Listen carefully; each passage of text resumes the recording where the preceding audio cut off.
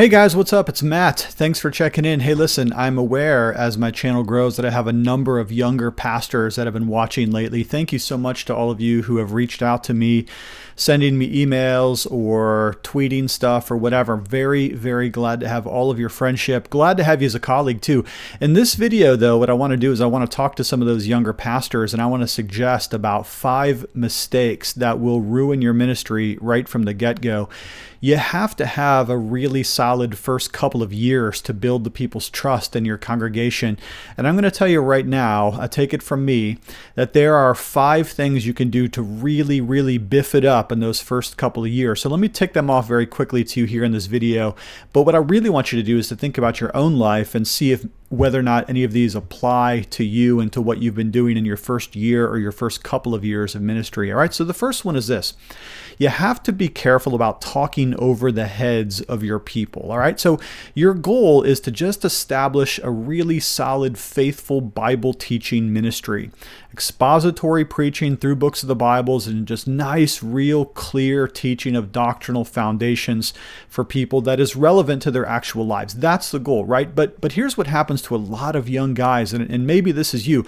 You got to be careful if you've just graduated from Bible college or you just graduated from seminary. Right now, your head is filled with all of these glorious thoughts, okay? These thoughts that have been challenging and shaping you over the last 2 or 3 years.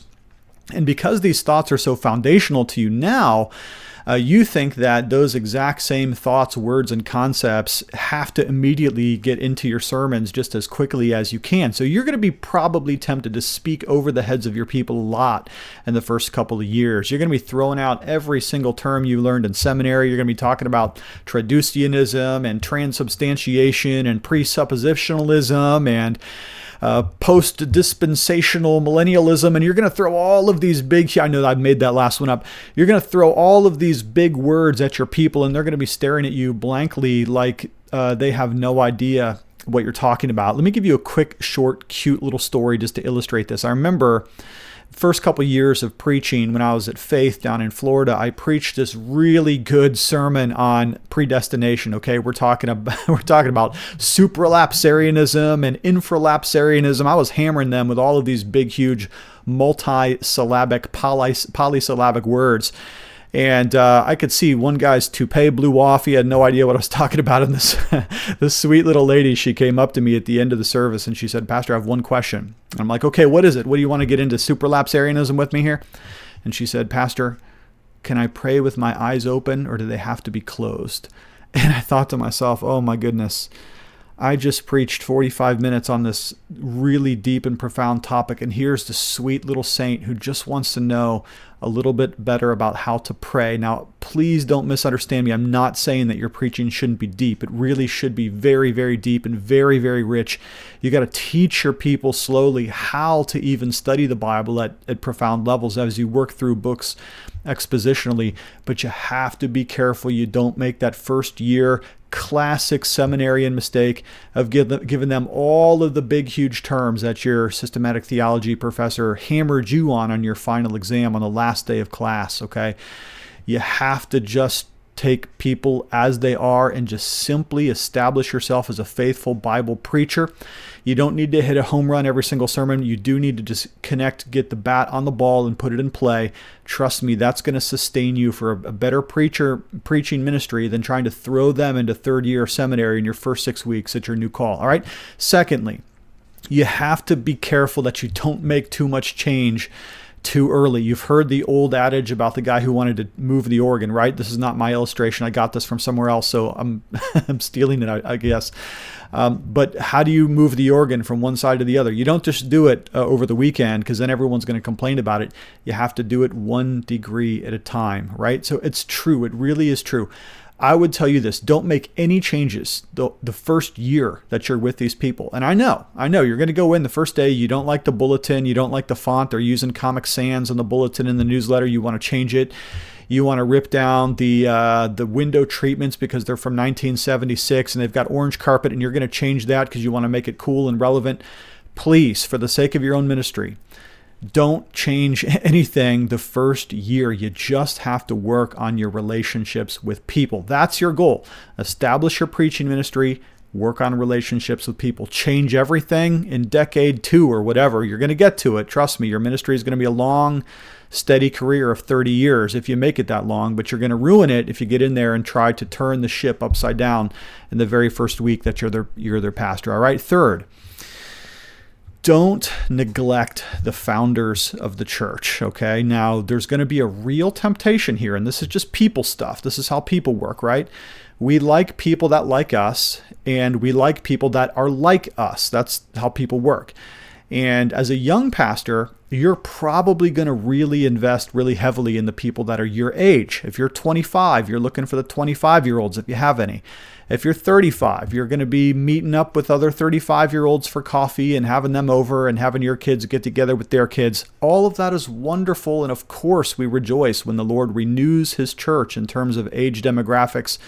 But don't neglect the founding members of the church. These are the people who with their blood, sweat, and tears either brought their church out of that wicked old mainline denomination and risked everything and lost their building and all that to get the church established, or they are the ones who have been sustaining that faithful Bible preaching ministry for 100 years or more, and so they have earned your respect for that. Or they're the people who struck out in great confidence to plant that church that is now being entrusted into your pastoral care. Whatever way you slice it, the founders of that church paid their hard dividends into making the church what it is right now. And you cannot neglect them, especially as their pastoral care needs increases as they begin to age. Okay, so have your eyes on your shut-ins and your founding members. Fourth, if you don't want to destroy yourself and your family and your marriage, you have to mind your time management from the very get-go, okay? Time management is what is going to make or break your ministry in a lot of ways. Here's what I mean by this. This is going to be one of those jobs where you don't have a supervisor that watches you clock in and clock out, okay? So you're not going to have somebody lording it over your time schedule, your time card every week as you punch in and punch out of the job.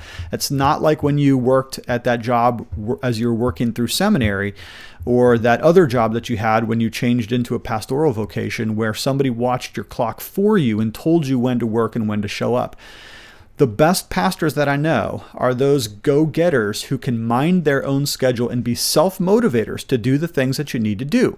That means getting yourself up on time. That means maintaining your devotions. That means maintaining your marriage and your relationships with your children. And even since there's nobody watching over you, you're going to be greatly tempted to slack off at times and come in late and go home early. So also the opposite temptation is also true, that you can burn the candle at both ends, to use a well-worn proverb there, and you can ruin your marriage and your paternal role as dad by overcommitting to the church and undercommitting to the family. Both of those dangers are greatly to be despised. And then finally this, Pastor, going back to preaching one more time here, you have to establish your own voice in the pulpit, okay? You don't need your own theology. The creeds and the confessions are going to lead you very faithfully there, okay? You stand on the shoulders of giants.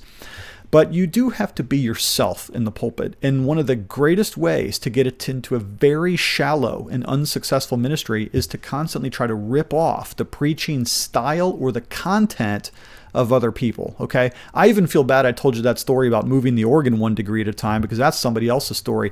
I strive as much as possible for originality. Not that I'm trying to be original in my doctrine or my theology, but I want my voice, my cadence, my preaching style. I want my content to come from this study right here, my own pen, okay, my own desk. I want to do the exegesis myself. I'm not going to rip off some Tim Keller sermon, and I'm certainly not going to ask some AI generator for some sermon notes for me. I'm definitely not going to get into any kind of plagiarism, because that's going to ruin me. And if I don't develop those good study habits to develop my own content and know how to do it week in and week out, multiple times a week for Bible studies and sermons, if you can't go get the treasure in the mine yourself, man, it's going to be a short ministry for you. There's just not going to be enough content out there for you to rip off, borrow, and steal all the time. And if you're trying to mimic someone else's style in the pulpit, their preaching, their voice, their mannerisms, it's just never going to come off as very authentic at all. Okay? So watch out for those 5 things, young pastor, and you're probably going to do okay by the grace of the Holy Spirit. He's going to sustain you when you need him. Thanks for checking into this video. Do love you lots, and we'll talk to you later.